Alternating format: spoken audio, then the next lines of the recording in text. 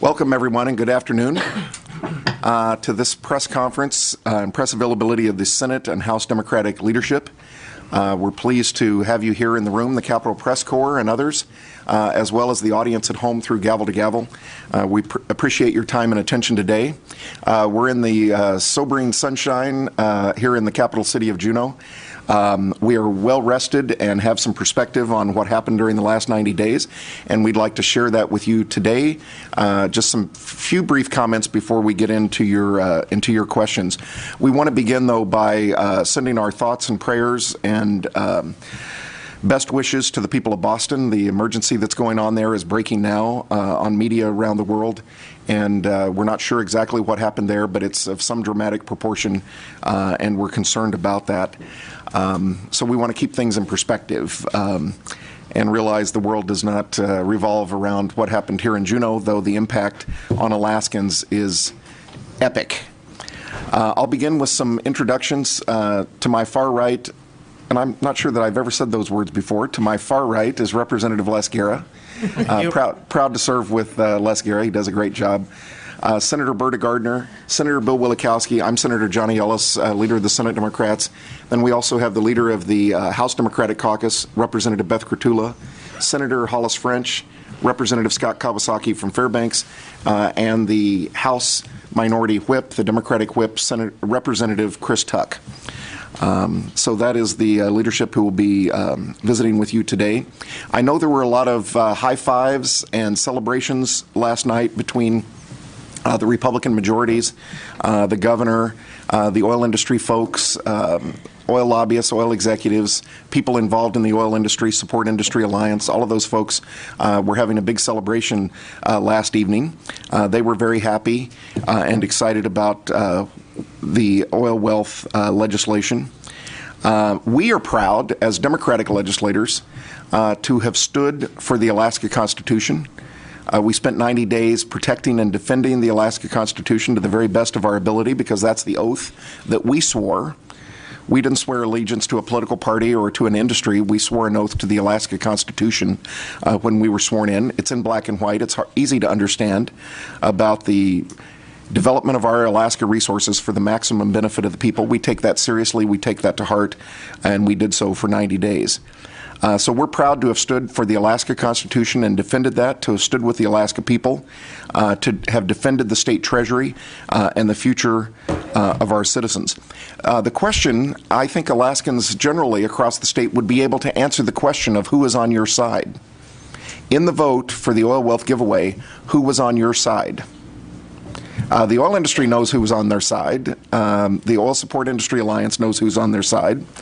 And a comment was made last night by Senator Dyson, and I consider Senator Fred Dyson a good friend. We're working together in a bipartisan way this session on a number of issues, and I value that relationship. And he was quoted last night as saying, "What a difference an election makes." And I would echo that. But I would start a little earlier than that with Citizens United, the horrible Supreme Court decision that allowed unlimited use of resources to affect political outcomes in elections. Horrible decision that allowed big money back into Alaska politics to a greater degree than ever before.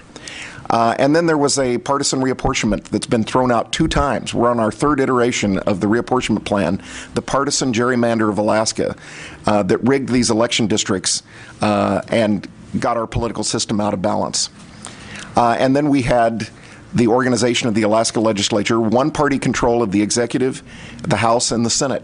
So one-party Republican control has led to a very significant change. The last time this occurred was when Governor Frank Murkowski was in charge, and we're still cleaning up the mess from that period, that bad episode of one-party control and extremism in terms of control in the legislature. We now have one-party control, and they get to own the oil wealth giveaway. So the question of who's on your side is clearly answered today for anyone who cares to take a look. In my opinion, and I've been here since 1985 as a staffer and then as a legislator, this was the worst for the impact on the Treasury and the impact on the long-term impact on the Alaskan public and on public services. This was the worst legislative session in history since 1981 when the ELF was manipulated to make Prudhoe Bay and Kaparak marginal fields for tax purposes. That was a giveaway of $80 to $90 billion. This was an epic multi-billion-dollar giveaway. So this is the worst legislative session in history since 1981 in terms of the magnitude of the impact on the state treasury. So with that measuring stick, it's the worst legislative session in recent history. Other people will claim it was the best. Best for the oil industry. If you were an oil executive or someone working with that industry, you could say that it was the best session in history. But from the impact on the people in the Treasury, the worst since 1981. At this point, I'm going to, for Democrats, the oil wealth giveaway and public education were the big issues of this session, and I'm going to turn now the microphone to the Democratic leader in the House, Representative Beth Kurtula.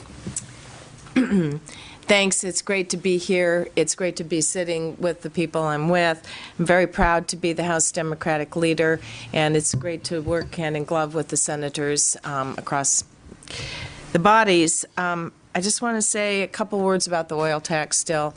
You know, the thing that offended me the worst is that we are now giving up our resource wealth, which we're mandated by the Constitution to use for the good of all the people of Alaska, and we're giving it back to the industry without one guarantee, not one shred of evidence about what happens next in terms of new production. In fact, almost a guarantee that nothing's going to happen. We give credits to perfectly producing fields, and why that's important is it means that it's not going to go for the good of the people of Alaska. One of the areas that we resoundingly heard from people across the state, from parents, from teachers, from superintendents, and from the students themselves, is that our schools are not doing well. They continue to slide, and they continue to slide with money into the classroom. And again this year, they slide more. There's less money in the classroom. There's less money per student. We know that really public schools are under attack. We have terrible ideas like publicly grading schools or somehow shaming them, rather than actually going into the classroom, being sure that teachers and students get the support that they need so that they can excel. And, you know, I've talked about my family came to America so that their children could get a better education. And then similarly, my grandparents came to Alaska so that their children could have an education. And to see this erosion in our education system, to see a turning toward against public schools and toward these voucher system schools that will gut public education is really horrific. And the direct tie to our oil wealth is there. Without the revenues that we must have to have a strong education system, this state has no future. So with that, I want to turn it back to the minority leader in the Senate Democratic leader, Johnny Ellis, for questions. Thank you, Representative Kurtula. Yeah, that's a good point. If you give away all the money, there's no money for public education. Thank you. And that seems to be part of the plan. Okay, let's move on to your questions. Becky Boer. Becky Boer, the Associated Press.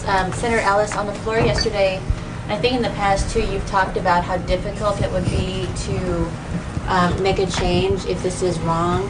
I guess we heard a lot yesterday on the Republican side that they believe that this is an investment in Alaska's future, that this will lead to new production, but if it doesn't, we can go back and change it. And I'm just wondering how, realistically and practically speaking, how difficult it actually would be to do that. Becky, thank you for the question. I've lived through a lot of this, and I've seen this firsthand, and I can attest to you that it will be next to impossible to revisit the oil tax giveaway in a way that pulls money back across the table to the state treasury from this very powerful, vertically integrated, highly successful and profitable multinational companies and industry. They are very powerful. They have the best lawyers and the best accountants. They are staffed up. The state of Alaska is not, so we're often at a disadvantage. It takes a political earthquake. It takes the Exxon Valdez hitting Bly Reef and leaking crude oil, Exxon's crude oil, into Prince William Sound to make an adjustment in oil taxes. That happened in 1989 with an adjustment in the ELF where we were getting more and more out of whack and losing more and more money per year. Or it takes legislators being indicted and marched off to jail. Those are the kinds of political earthquakes and economic or political dislocations that have been necessary in the past to get a redress of grievances on oil taxes. Because otherwise, when people say, oh, we're being ripped off or we've gone too far, this is unreasonable, the oil industry lobbyists march up and down the halls and say, you're creating an unstable business environment. You're changing your oil taxes too often. They will argue that, and enough conservative legislators, for lack of a better term, will say, oh, you're right, we shouldn't change oil taxes very often.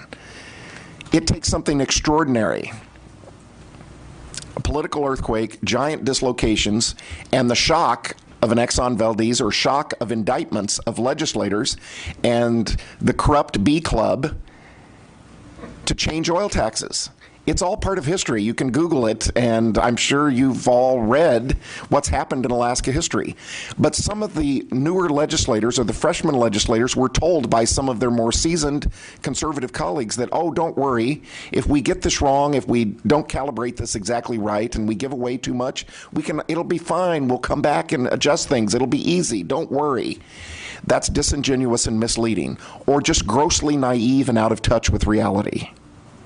But any objective reading of Alaska history will tell you that we don't get to change the oil taxes to the state's benefit or the Treasury's protection without gigantic, horrible things happening in the state of Alaska to muster the political will to pressure legislators into doing the right thing. That's been my experience, and it's all part of Alaska history. Rich Maurer. Rich Maurer, Anchorage Daily News. Senator French, yesterday during the debate, you spoke of the brass bands, the ribbon cutting. What are you going to do, if anything, to actually monitor or hold accountable either the oil tax advocates, the oil tax cut advocates, or the industry to do something? And how will you know that what actually is happening is a result of the taxes rather than things, as you suggested, that have been planned for some period of time, especially when tax information is secret? That's partly our job, it's partly your job. And I'll just tell you a quick anecdote. I was in this room in 2006, and a BP executive sat in that chair, all right? And he told us that the decline rate on the North Slope was up to the state to determine, that our tax policies would determine the decline rate. He threw down the gauntlet. He said, you set the wrong tax policy, and you'll get a 15% decline rate. You set a medium okay tax policy, you'll get a 6% decline rate. He said if you set the best possible tax policies, you might be able to achieve a 3% decline rate, all right? What's remarkable is that according to the official revenue source book, put out by the Parnell administration, the decline curve in 2014 will be 2.6%. This tells me we have achieved the oil industry's definition of the best decline rate possible, all while ACES was in effect.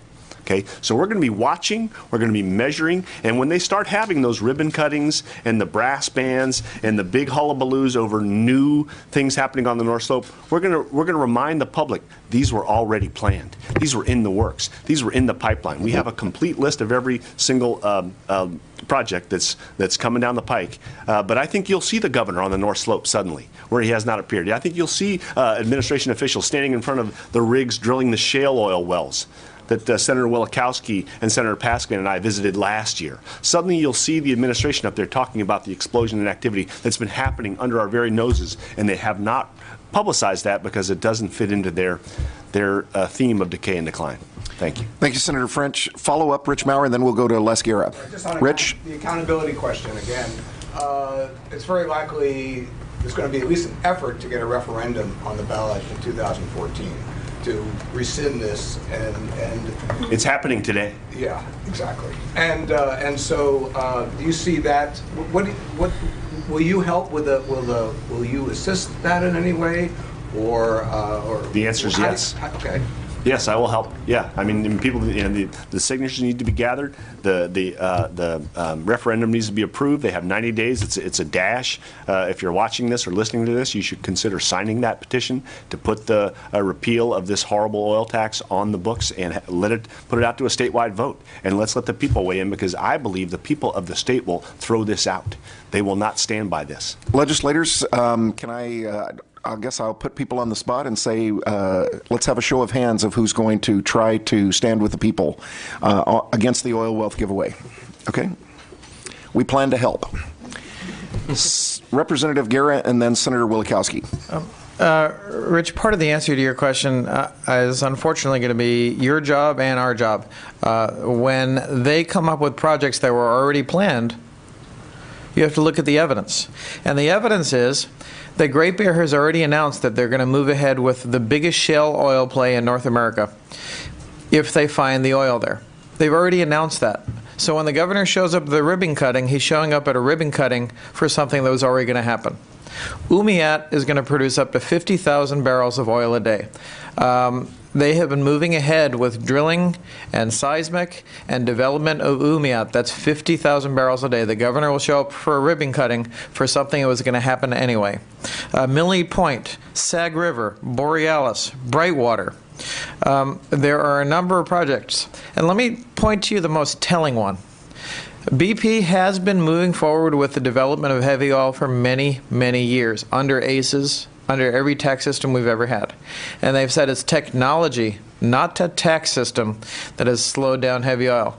This year in February, they announced they were stopping that project. Why would they announce that in February? The clear answer is because they wanted to threaten us that if we didn't change our tax system, they wouldn't do what they were going to do anyway. The oil that you will see ribbon cuttings at is oil that they were moving ahead with anyway. We gave them every chance they could to say, what new project will you move ahead with if this tax passes? And that's where the true answer came. Exxon said, we can't tell you of a single one. Conoco said, we can't tell you of a single one. BP said, we can't tell you of a single one. The administration said, we're giving you modeling. It's all based on hypotheticals, but we haven't spoken to the oil industry. And that's an amazing thing, giving away $1.5 billion a year after getting no commitment from the oil industry that they will develop a single ounce of oil anywhere. That's an epic giveaway. So, as you know, there were two proposals on the table this year. The Democrats' proposal was, we'll give you reasonable tax breaks if you produce in Alaska, on new fields, in legacy fields, if you produce. The Republicans said, we'll give you $1.5 billion by eliminating the windfall profits tax, and you can spend that anywhere in the world if you wish. That was their plan. There's a big difference, and the public supported our plan. And we've been frustrated that there hasn't been enough attention to the alternatives. Some of the Republicans have tried to say we don't recognize any changes that need to be made and that we have no suggestions. We're just defenders of the status quo and of decline, which is completely inaccurate. They did block every single. They chose to block every single better alternative. That was their choice, and the public should know. They chose to block the better alternatives and prevent them from coming up for a hearing. We could have worked together. It didn't happen. Senator Wielechowski on this point. Yeah, thank you. And I just want to remind people, our oil tax bill didn't get a single hearing in the TAPS Throughput Committee, didn't get a single hearing in this body. We proposed it. We offered it. They wouldn't even give it a hearing. Now, I asked the administration last year. I asked them this year, tell me what projects, what fields, what developments are uneconomic under ACES that will be made economic under the new oil tax structure. The answer both times was none. They couldn't give me a single project, a single field, a single development that would become economic under this new tax structure. So here's what I intend to do. When we get these press releases about new projects, about new oil that are coming online, we're going to do an analysis. We're going to do the analysis under ACES, what the internal rate of return would be, what the net present value would be, and we're going to do it under the new oil tax structure. And if it was profitable under ACES, they should have been doing it, or it would have been a violation, or it would be a violation under their terms of their leases. And I just want to say, I was on a conference call this morning, just an hour and a half ago. There is an effort to overturn this bill, and I intend to be a part of it as much as I can. And when politicians don't listen to the people of Alaska, it's up to the people of Alaska to take their government back. And that's exactly what I hope happens as far as the referendum. Okay, Grace. Grace from CTV 11. Speaking of another big talker bill, the Medicaid abortion bill didn't make it to the House. Jim Minnery with Alaska Family Action said he didn't like your amendment, Senator Gardner. The family planning services. Representative Stolz last night at the news conference said that the bill with your amendment didn't reflect his values. So was hoping that you could comment on that. And also, while the Senate was debating that bill, Senator Wielechowski, you introduced the Denali Kid Care Amendment, and there was kind of a heated moment there when there were some objections, and you said on the floor that not just like you said, too many minority bills were being heard. So how effective can you be next legislative session if this is the perceived climate?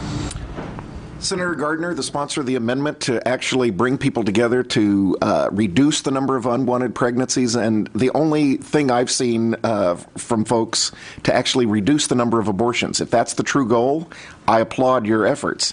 Would you like to respond to Ms. Yang? Thank you. Jang? Senator Representative Stolz said the bill didn't reflect his values, but I think it's very clear it reflects the values of Alaskans.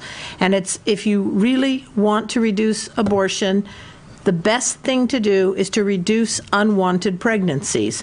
And it doesn't matter what side of the aisle you're on, that's the thing to do. And we have an opportunity to provide good quality women's health services, to expand what we have, make it available in communities where it's not available, and that will, without a doubt, reduce abortion rates. It's happened in other states. It's very, very cost effective, and in fact the state saves money, because when it's Medicaid care for a woman, when she qualifies for Medicaid, having an abortion actually is cheaper.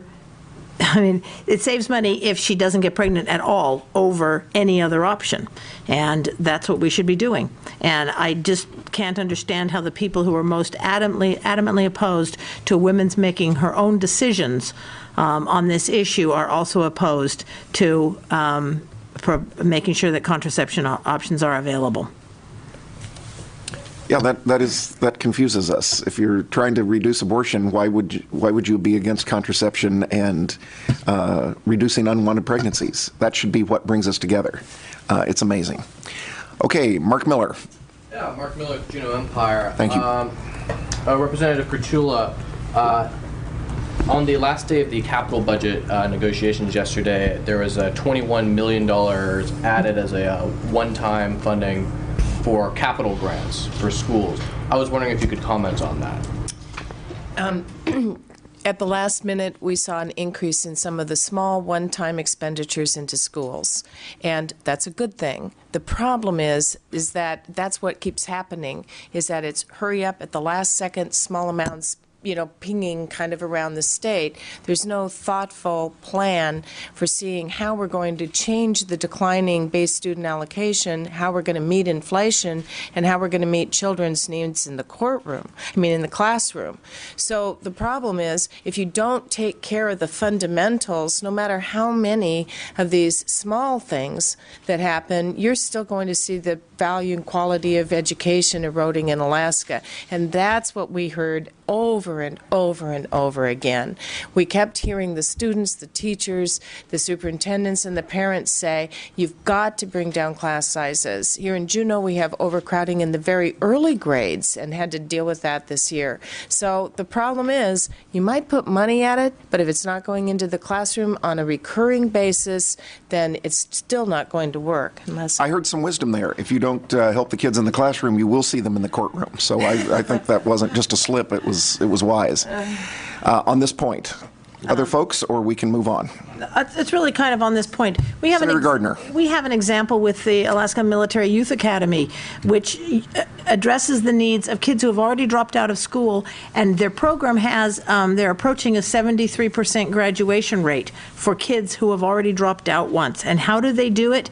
They have an adult to student ratio that is just unbelievable. There are 90 adults working with 202 kids. Now, they're not all teachers. They're doing food service and housing and all kinds of other things. And what's their funding? Well, they have a new funding system now through the Division of Military Veterans Affairs, but previously, up to date, they've had a 7 times the base student allocation for the students in that program. Okay, let's go to some of our reporter friends on online. Mike Mason of KDLG Radio in Dillingham. Mike, are you there? I am. Thank you so much. I wanted to ask about the bill that would allow the state to move towards taking over primacy for those 404 wetlands permits. It's one of the issues that's been overshadowed by some of the other pieces of legislation, and didn't know if any of the caucus members wanted to discuss that piece of legislation. In response to Mike Mason? Thank you. Representative Guerra? Mike, the department has come up with a very messy plan right now, which is to spend $10 million over the next 4 years after we just gave away $1.5 billion. The way the state has been set up, we now have to not just prioritize, but super prioritize. The evidence is that virtually every permit application that would fall under this program done by Alaska-based Army Corps of Engineers folks has been done on a timely basis. The admission from the administration is that they're not going to be able to do this any quicker. And to spend $10 million just to study to come up with then probably a $5 million program a year when we don't have money for schools, when we're in our 4th year of cutbacks on teachers and staff, is at some point a luxury you can't afford when it's not going to lead to any quicker development. Representative Kawasaki pointed out that there was one part of that program that made sense. For much cheaper, we could have protected placer miners and done the placer miner version of that bill to take primacy over placer mining. But otherwise, permits have been granted largely in less than 60 days. And this is one of those fake sort of standing up of the federal government to what? To make sure that the state pays for what the feds are already paying for. You thump your chest and you cost the people of the state of Alaska $10 million and then $5 million a year after that. Thank you, Representative Guerra. Mike, thank you for the question, and Representative Kurtula has a quick comment. So I have a pretty strong background in these issues coming out of the Department of Law, and what I want to say is the process on these kinds of bills this session, on bills that seem like they try to cloak them and say, oh, they're really going to be good for streamlining and good for seeing things happen quickly. Well, those bills had a terrible process in the legislature, and they're terrible for Alaskans, cutting out Alaskans from the public process, cutting out information gathering, cutting out communities. I mean, it's been a war on Alaskans through these seemingly innocuous permitting bills, and you've got to watch these bills. You've got to watch the process. I want to thank the Senate for stopping House Bill 77, one of the worst bills of the session that the Senate did not bring out onto the floor or put back in committee, and that is a terrible bill that will hurt Alaskans who have vested rights in what's happening in development in Alaska. We want to see strong development, but we cannot see it at the expense of our communities and people. Are there any other comments from the panel on process this year? I know people in Anchorage got pretty upset when some of the public process and public testimony was denied at the local level in Anchorage, and we've heard some of the same comments. You know, don't pull an Ernie Hall on us. Don't cut off our testimony. Does anyone else want to speak to process? Representative Tuck. Thank you, Senator. You know, we had, in resources, we had a new rule that was put in this year, a 24-hour rule, where we had to have our amendments in 24 hours before they can be considered. And with Legal drafting all these amendments that we have going on and a lot of the bills that we have introduced, it was unbearable. It was unbearable for them, and it was unfair due to the fact that even simple little amendments were rejected because they weren't able to get in 24 hours or because they weren't drafted by Legal. We've been able to do conceptual amendments in the past. I think it's really unfortunate that people either don't want to or don't have the capacity to look at a conceptual amendment as we are looking at these bills, as we are trying to make things better. And so it's unfortunate to see that, and we even heard it on the House floor from one of the from Representative Sadler that, you know, we had an amendment that hit the floor. He goes, I can't look at this amendment. I haven't had time to look at this amendment. And that's the whole thing. It's they're using the name of 90 days to try to reject amendments to make bills better. Representative Kawasaki. Yeah, thank you. Process is something that I have been pushing, whether it's open meetings of the public, We've seen a lot of erosion in public input over the last few years. And it's under the guise of trying to get the job done in 90 days. Sadly, what we've seen is that the public gets cut out of the process each and every time. We had very little time to react to a capital budget to testify yesterday. They had to cut people off after a minute testimony. That's just not the way we ought to do business. And, while everybody else was patting each other on the backs yesterday on the House floor, I had this sort of downer speech to give about the process because this rush to push bills out, I think, is really the most alarming part about the entire session. I mean, there were subcommittees on finance that were meeting behind closed doors, justifying it because they had to get things done. That just carves out the public, and really the reason why we're here is because of the public. I think that's a very significant difference between this caucus and the other caucus. Senator Wielechowski, and then we're going to move on to the internet. Thank you. The process was nowhere near what it should have been on many, many bills. You can look at the oil tax bill, where the architects of ACES, Gaffney and Klein, are under a $2 million contract. Representative Guerra uncovered this. $2 million contract. These are some of the best consultants in the world, and the governor refused to allow us access to them, refused to allow them to testify. He said he'll get us, we can talk to them after. We can get information after the session, after we have voted on this $5 billion oil tax giveaway. We had SJR 9, the voucher bill, clearly an education issue, which was stripped out of the Education Committee. We had SB 49, the Medicaid abortion bill, which was not even referred to Health and Social Services Committee.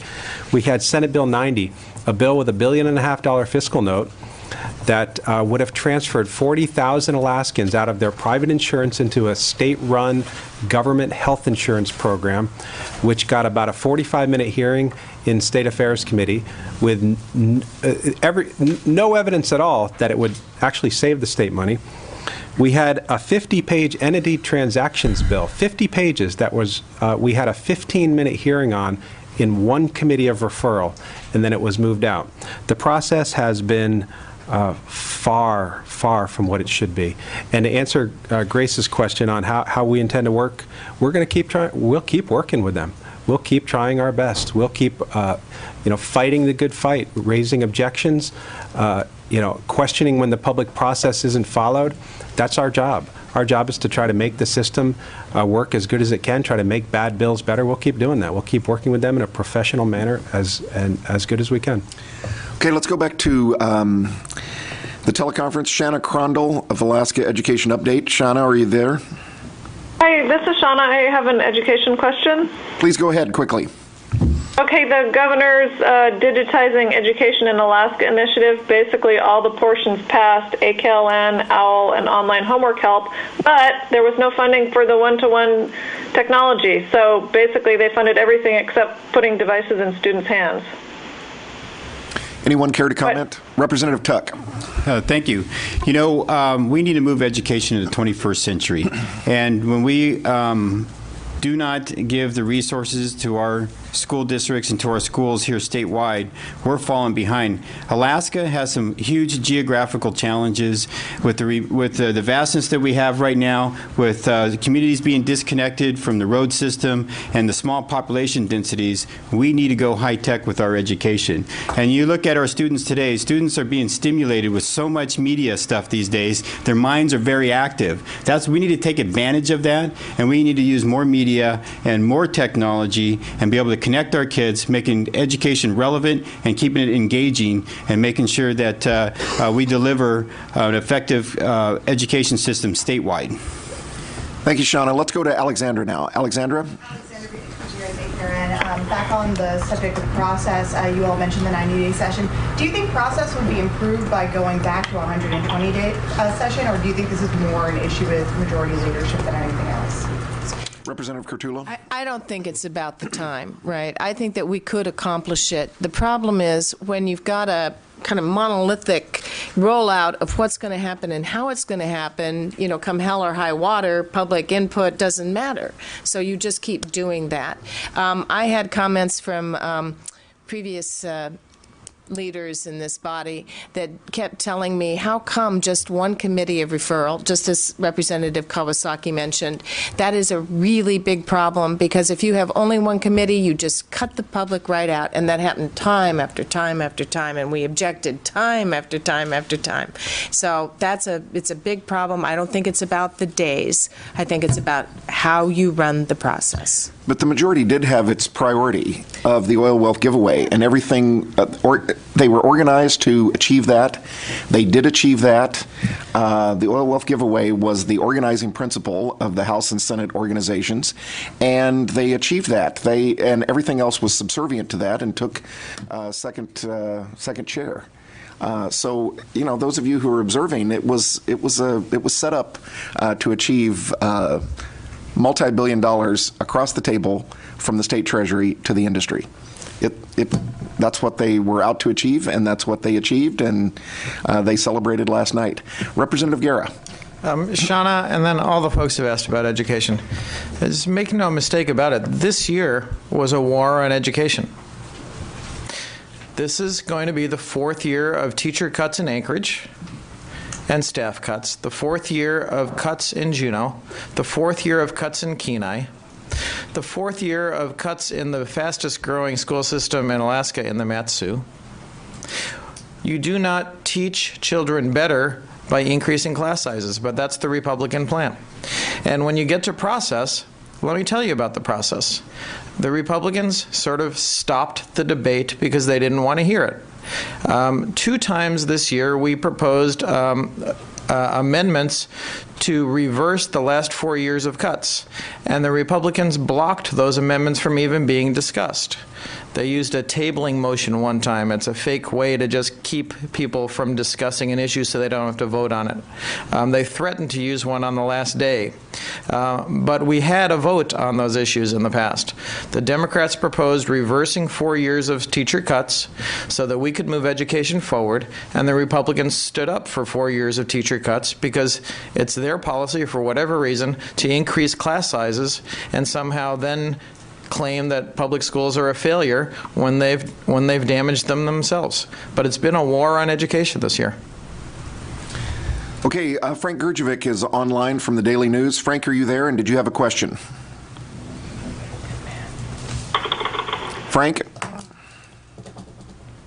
If not, we'll come back to the room here. Matt Buxton. Yeah. Matt Buxton, the Fairbanks Daily News miner. Last year when they passed the last-minute education package, it talked a lot about interim meetings to figure out long-term solution. Those didn't happen. This year again, Senator Kelly has talked about convening a couple meetings over the interim. Are there any? Is there any sort of confidence that those will yield anything or even happen? The Senate majority did talk about a multi-year funding package for education. I didn't see that. So that's a failure, I suppose, on the issue of education funding. They tried to do that. It didn't work out due to some conflict between the House and Senate leadership, I suppose. And I saw on the last night of the session some odd House resolution about sustainable schools. It was an oddly worded operation for the interim. But the plan to have a multi-year education funding package fell apart and is not an achievement. It's in fact a failure of this legislature, going on 4 years now of trying to starve, intentionally or unintentionally, the public education system in Alaska while demanding better results and making real cuts in public education. It's an amazing thing. It's a slow train wreck, I suppose you could call it. The opposite of how they're doing the oil tax. The opposite of the oil tax, yes. Can somebody make that point? Senator Gardner, please verbalize that if you would. That's what I'm saying. You know, they're demanding results before they give them money, but for the oil industry, for schools, right. And for the oil industry, we'll throw the money at them and, I guess, pray for results. Faith-based oil tax policy. Okay, back in the room. Yes, Pat Forgey. Pat Forgey, Alaska Dispatch.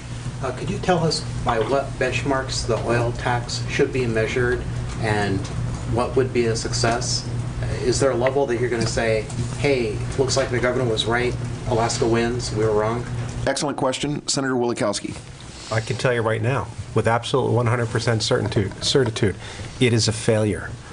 It's a failure right now. It will never be a success. And the reason it will never be a success is because they have given billions of dollars for oil that was already going to be produced. It is a failure. Harvesters. And they've got nothing in return for it. It is a failure. It will never be a success. If you get oil, it's sort of like taking credit, the cock taking credit for the sun rising, the rooster taking credit for the sun rising, right? Many of you may remember that early on in the oil tax debate, the Canadian province of Alberta was held up as a shining example of politicians who really understood it, that they needed to dramatically cut their oil taxes in Alberta, and good things would happen. There'd be a bonanza, and the coffers would fill up with all of this new oil wealth. Alberta did exactly what Alaska just did last night in a dramatic cut in their oil taxes. And all they have to show for it is a $6 billion budget deficit, a financial crisis, a fiscal crisis in the Canadian province of Alberta. And so you did not hear in the second half of the session Alberta being held up by Pinwar executives or by conservative legislators in the Alaska legislature as an example of what we should be doing. They've shut up about it because it's a disaster. Is this the road we're going down? It appears so. Senator or Representative Kawasaki, did you have a comment as well? Or Representative Tuck? Yeah, no, thanks. I just want to say that the Democrats offered benchmarks in our amendments, and each one was turned down.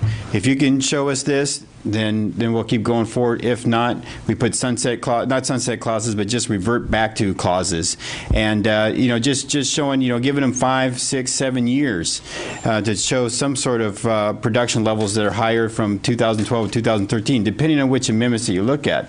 But we put those benchmarks in amendments. That's what we were hoping to see. That's what we were trying to show some proven results, and unfortunately, each one of those were turned down. Okay, Frank Gurjevic, are you online? If you're there, please speak up, and we'd be happy to take a question from you. Okay, thank you, Senator. Can you hear me? Yes, we can. Loud and clear. Please proceed. Okay, I was on mute there for a while. I apologize for missing you. I was trying to listen on gavel to gavel at the same time. Yes, can you give your affiliation for the folks on gavel to gavel? Sure, with the Anchorage Daily News. Okay, please proceed. For Senator Wielechowski or any of you, Senator, you talked about working on a referendum that's in the works to repeal SB 21. How do you? I know you're all getting ready to decompress from the session, but how do you see the landscape and the likelihood that would go? I mean, assuming it gets cleared by the Lieutenant Governor's office and comes to a vote in 2014, how do you read it? Senator Wielechowski. Well, it's very hard to get a referendum on the ballot. It is a sprint. You've got to get signatures all throughout the state, 40,000, I believe. It's a massive undertaking. You've got to do it within 90 days. So it's an extremely challenging effort. That being said, I believe the people of Alaska do not support what has happened. I think the people of Alaska agree that you need to tweak ACEs, but when you ask the people, do you support tweaking ACEs or do you support changing the tax structure and giving away $5 billion and getting nothing in return? Overwhelming. People want some kind of guarantees, some kind of production requirements. We got none of that. And so I think the people of Alaska are fully supportive of what we did. I think, the oil industry will spend a lot of money trying to defeat this, but I think the people will see through this. Frank, thank you for the question. Let's go back to the Capitol Press Corps. I saw Becky raise her hand, and then we'll go to Rich Maurer.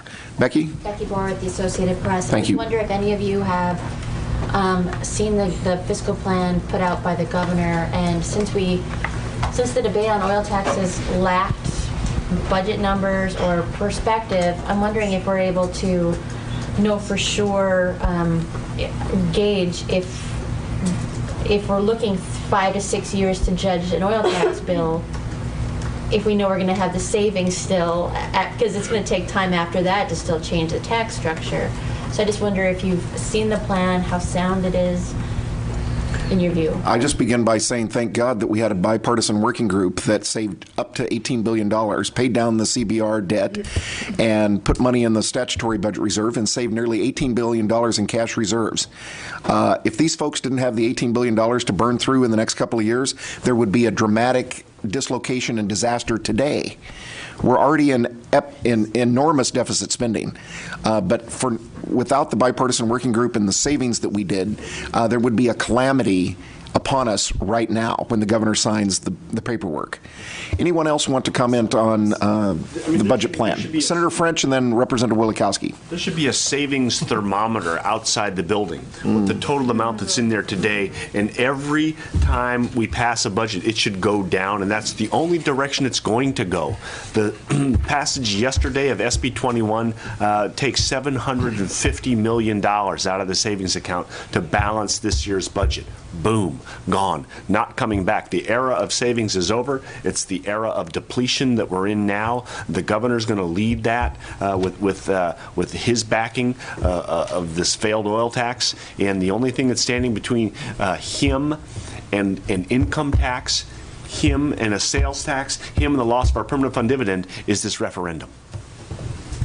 Representative Kawasaki and then Representative Tuck. Thank you, and thanks for the question, Becky. You know, I think that's really the saddest part of being in the House Finance Committee, listening to Senate Bill 21 testimony, is that we didn't even have our own Leg Finance folks get a chance to look at the bill.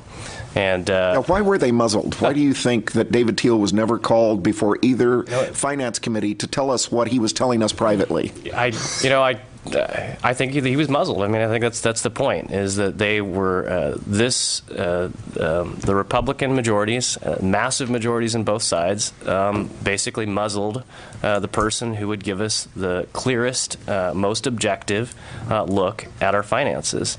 And, it's really sad when we are dipping into savings today, and that's our nest egg. And basically, we're selling our nest egg. We're giving our nest egg away. It's a sad day when we can't even get our own legislative finance division to give us these numbers and to give them to the public. I think he was sequestered. He wasn't allowed to talk. We in public, House Finance Committee, were both asked him by special request to come before the committee, give us a picture, a snapshot of what our finances are going to look like. We're getting the financial data from the governor, and not that we don't trust the governor's data, but certainly this legislature should be informed and educated on our budget, and we simply weren't this session. And David Teal's assessment, his private assessments, are that he was never called to do in public, is that it's significantly, dramatically worse than what we've been led to believe. Somebody should report on that and figure that out and present it to the public. People have a right to know. Representative Tuck. Thank you, Senator.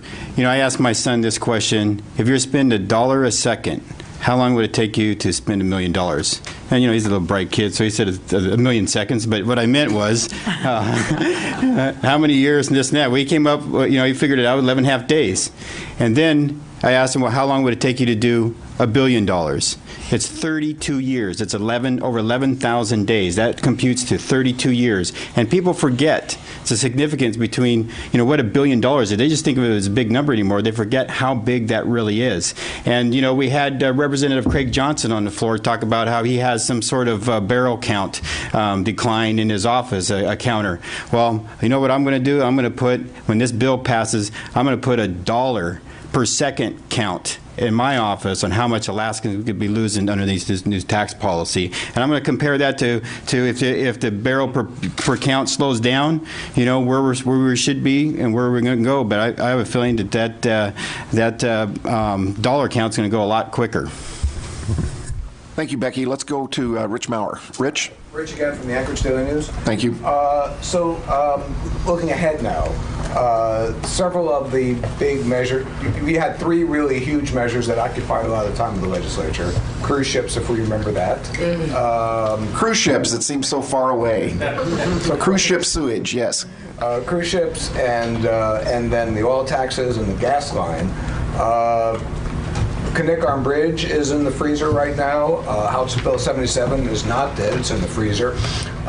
What else do you see them being resurrected? And what else, is there anything new that you see coming down, perhaps labor related, next year? Who wants to take that one? Prognosticating for the future. Representative Guerra. You know, I think what you see is a big difference between Democrats and Republicans. Our vision is different than their vision, and we each have to respect each other's. But the Democratic vision and Republican vision are different. On oil taxes, they were willing to give away $1.5 billion a year based on this testimony from the oil industry. Which is, let me just use an example. The representative from Exxon say, we believe the base rate is still too high and does not make Alaska attractive enough. There's no business that would give away $1.5 billion for a non-promise like that. And I think what you're going to see with the bills that you just mentioned is corporate Alaska has demanded some things from the people of the state of Alaska. The Republican majority has been very sympathetic to giving things that corporate Alaska wants. If corporate Alaska wants to dump sewage in our fishing waters, they've said yes. If corporate Alaska wants to take so much water out of our fishing streams that our fishing streams no longer remain viable, the Republican majority has said yes. And you're going to see more of that next year. Their philosophy is, you know, what corporations want is always good for Alaska. Our philosophy is what is good for the public is what is good for the people of the state of Alaska. Sometimes that works with what corporations recommend, sometimes it doesn't. But you cannot do everything that a corporation tells you they want. Otherwise, you undermine the Alaska Constitution's principle that our resources and our state is supposed to be developed for the maximum benefit of the people. Okay. And on that note, I want to wrap up by saying that I am proud, and I want to congratulate my colleagues who are here in the leadership and those in our Democratic caucuses in the House and Senate for our defense of the Alaska Constitution, our standing up for the people of Alaska and for the Alaska Treasury against the epic oil wealth giveaway, and in favor of public education. Those were our principles, our guiding principles for this session, and we're proud of the positive defense that we've made of the things we care about in touch and in alignment with the common sense values of the Alaskan people. So thank you all very much for your time and attention today. We appreciate you all, and we're signing off, and we live to fight another day. Thank you all very much. We are adjourned.